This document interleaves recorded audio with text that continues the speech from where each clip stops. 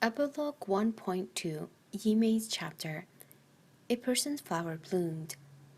Translated by Peanuts and edited by Lidge. Actually, I've always felt Yichen didn't really like Zhao Mosheng that much, even though he admitted that she was his girlfriend. I remember I once pretended to be curious and asked Zhao Mosheng, "How did you know each other and started dating?" She shook her head, dug her brain, and stuck out her tongue, appearing very playful. Pastured. Then she tugged at Yichen's sleeve and asked him, "Isn't that right?" Yichen snorted and ignored her. There seems to not be much difference in the way Yichen treated her compared to others. He always appeared cold and indifferent, not talking much, and his action also did not seem intimate. Normally, when they were walking, if Zhao Mosheng did not pull him, he walked in front by himself. One time, Zhao Mosheng complained to me, "YiMei, do you think Yichen really liked me?" A few days ago, I restrained myself from contacting him, but he did not think of contacting me. The ink-black eyes which looked at me were full of grievance. I said, "You try pretending to lose your temper and see if he will come to coax you." Yichen always disliked people who cause trouble without reason. I also felt I had bad intention in suggesting this idea. He definitely would not. She never even thought about it, but just shook her head right away and said dejectedly, "Anyway, I do not dare." The longer I got to know them, the more I felt Yichen accepted Zhao Mosheng, probably merely because of monumental loneliness. She must be simply a short interlude in Yichen's life and would soon disappear.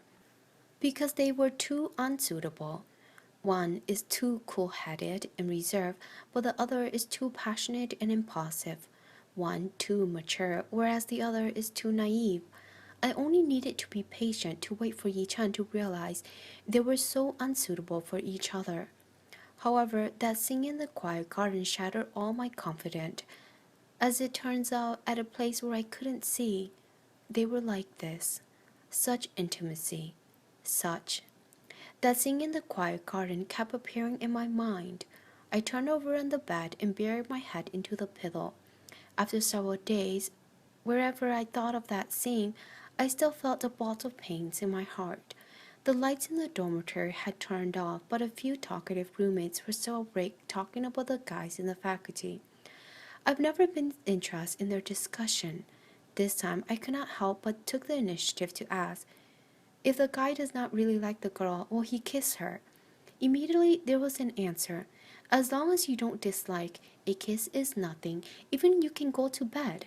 "YiMei, did someone kiss you?" one of my roommates asked excitedly. I stared at the ceiling and did not respond. Even if you don't like, you can still kiss? Therefore, was it possible that Yichen actually did not really like her that much? The roommate was still talking non-stop. "YiMei, tell me, did someone kiss you?" "Don't worry, if it is you, he will definitely like you. You have such good qualification. You look so pretty and it's also very smart." I listened to her talking incessantly in a daze. Good qualification? What was the use? He did not like me. However, if Zhao Mosheng's qualification were a lot better than mine, perhaps I would not be so dissatisfied. But as it turns out, she was not as good as me in many aspects. Why should it be her? That night, I fell asleep with my confused thoughts. In the future, I still went to see university, still ate with them, but I no longer felt that kind of confidence as before. Gradually, I realized that even if Yichen did not like me, I also did not want to be his little sister. 'Tis about a month later I asked Zhao Mosheng to meet up. I sat in KFC to mentally prepare myself. Zhao Mosheng carried a small backpack, walking past outside the window. She saw me and waved at me, separated by the window, and breezily pushed the door to enter the fast food outlet. She seemed to be in a good mood. I've already noticed earlier that when her mood was good, she walked with a slight bounce. After the business faculty moved to this campus, my first time to see university, she was the one who came to meet up with me. At that time, I was standing in front of the university waiting for Yichen, but from a distance I saw her walking breezily with a slight bounce onto University Boulevard. the sunshine illuminating through the lush leaf onto her body. Her whole person seemed to have blended with the sunshine. At that time, she walked up to me and smilingly said to me, "Hello, YiMei. Yichen has to attend a meeting, so he sent me to pick you up." Now, she was also using the same brisk pace to walk up to me. "YiMei, you're here so early." She sat down opposite me. "What are we eating? I have coupons." She took out a stack of coupons from the bag and spread them out onto the table to study them. "Whatever," I said. "I'll help you to order the children's set meal and then give the toy to Yichen to play," she said with a serious face. I knew she was joking, but I couldn't even laugh a little. I almost hated her relaxed attitude, which was in stark contrast to my current nervousness. She went to line up, whereas I was left to guard our seats. The line was a little long, and she was nearly at the end of the line. She stretched out her head and jumped up to look at the sights in front. Hence, she did not pay attention to the person beside her and accidentally knocked over a guy's Coke, and then a burst of chows. I was thinking, if Yichen was here, he certainly would frown and then step forward to help her clean up the mess. Such a girl! What could she help Yichen? She and Yichen were simply from two different worlds. She was all glitter, but knew nothing at all, and basically could not enter Yichen's inner world. Yichen needed someone who can assist him and take care of him, not a girlfriend like this who always needed him to look out and take care of her. She carried the meal tray back to the seats. The hem of her right sleeve was soaked in Coke, but she didn't mind, looked a little guilty at me, and said, "YiMei, please don't tell Yichen that I've done something bad again." I only nodded and absent-mindedly ate a few French fries. "Mushan?" I called her. She was sipping Coke. When she heard me, she raised her head and looked at me with her jet-black eyes. I avoided her gaze and quickly said, "Yichen and I are not brothers and sisters. Before, both of our families were very good neighbors. We all have the same surname He, so the adult decided to choose similar names. Later, Yichen's father and mother had an accident, so our family adopted Yichen." I finished saying in one breath. She was still sipping Coke and foolishly stared at me with no reaction. Suddenly, I felt irritated and said with emphasis, "Don't you understand? We are not really brothers and sisters, as we are not related by blood at all." "YiMei, are you joking?" She finally responded, but this kind of reply made me angry. "Yichen has never said." She was obviously at loss. "It's our family issue. Why would Yichen need to tell you?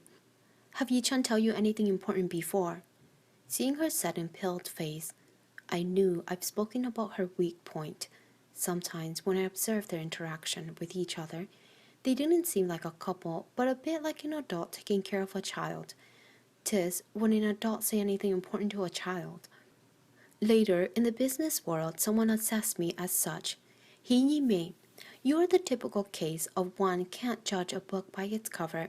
You appear gentle and soft, as if very easy to bully. In fact, you're the trickiest, good at hitting a person's weakest point and backing them into a corner." I smiled while listening, occasionally recalling the first time I displayed this skill.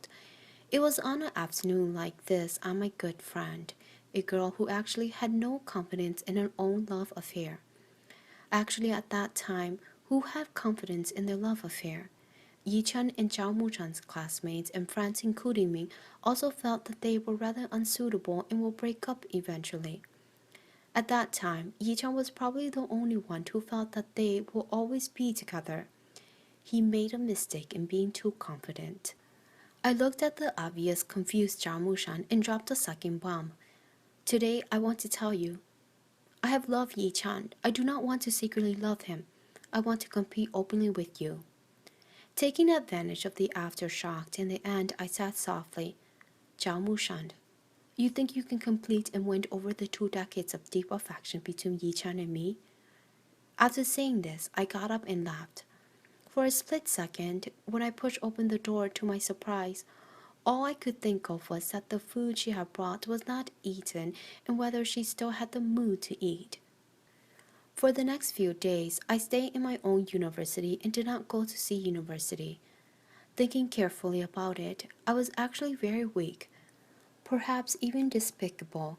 I dare not stand in front of Yichen to confess my feeling directly, so I went to look for Zhao Mosheng for a showdown, wanting to use her to tell Yichen. Did you know that I've never treated you as a brother? How would Yichen answer her? I constantly imagine Yichen's answer, feeling trapped in a kind of despair, but at the same token, full of hope. After a week, it was still no news of them. My mind became flustered. I picked up the phone over and over again, but did not know who to call. Zhao Mosheng? Could what happened to us last time be considered a falling out? What about Yichen?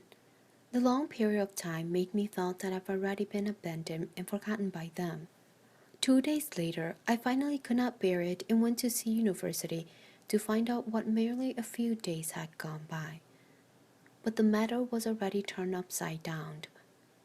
Zhao Mosheng was gone. It was said that she went to the United States. In the next few years, I could slowly feel the impact of Zhao Mosheng leaving Yichen. At that time, I was even under the impression that the impact was weak because Yichen's behavior can be considered calm.